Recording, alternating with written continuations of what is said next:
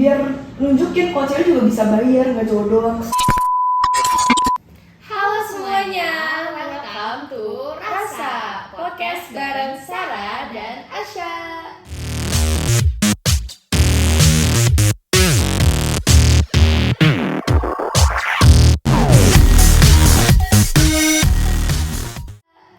Oke, kali ini kita mau bahas topik apa sih, Sar? Kali ini tuh kita mau bahas tentang split bill dalam pacaran nih, Syah. Karena sekarang tuh lagi banyak banget yang bahas topik ini di medsos, terutama kayak di TikTok sama Twitter gitu. Bener banget, lagi marak-maraknya yang bahas topik ini, terutama di kalangan percintaan remaja. Tapi kita nggak akan diskusi berdua nih, karena kita akan ada Kira dan Fahri yang akan kita tanya. Bener banget. Hai Fahri, Kira. Hai. Oke, sebelum masuk ke topik nih, aku mau nanya pertanyaan kecil dulu. Kalian pernah gak sih dalam situasi pacaran? Pernah, ini aja aku punya pacar.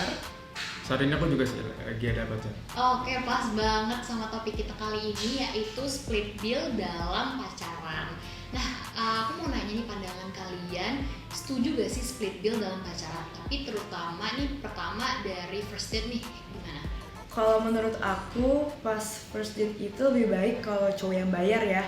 Karena supaya apa ya, supaya kan biasanya itu kan first date itu cowok yang ngajak, dan supaya meningkatkan impresi yang baik harusnya cowok itu yang bayar gitu. Kalau dari aku beda sih. Kalau misalnya buat first date kan kayak kita tuh masih baru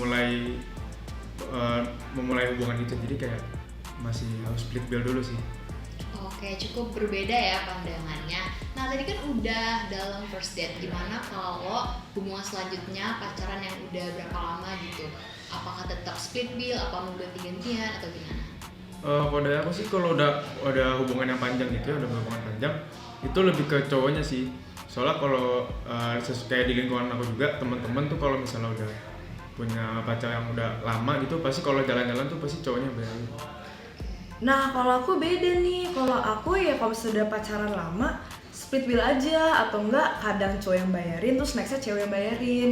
Ya aku kayak gitu karena emang udah diajarin sama orang tua aku sih, dari keluarga.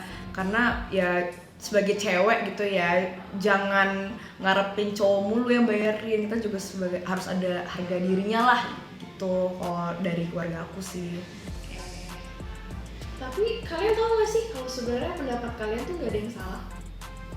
Tapi gimana ya, kalau misalnya bagi cowok tuh ya, kalau misalnya udah dalam hubungan yang lama tuh kayak ada pride sendiri gitu loh buat ngebayarin ceweknya kalau misalnya lagi jalan-jalan gitu.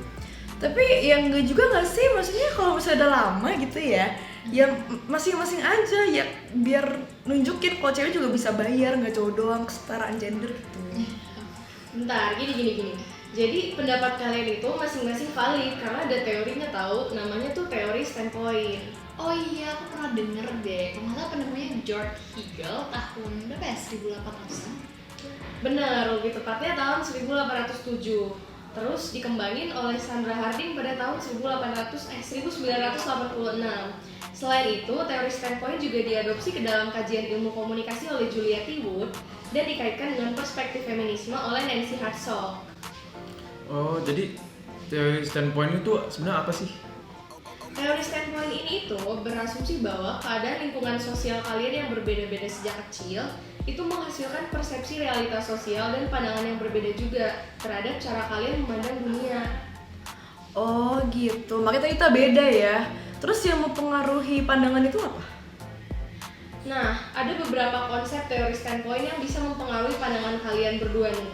Pertama, lokasi lingkungan sosial kalian itu akan menentukan sudut pandang kalian secara parsial. Jadi di sini nggak ada pandangan yang benar atau salah, kayak aku bilang tadi.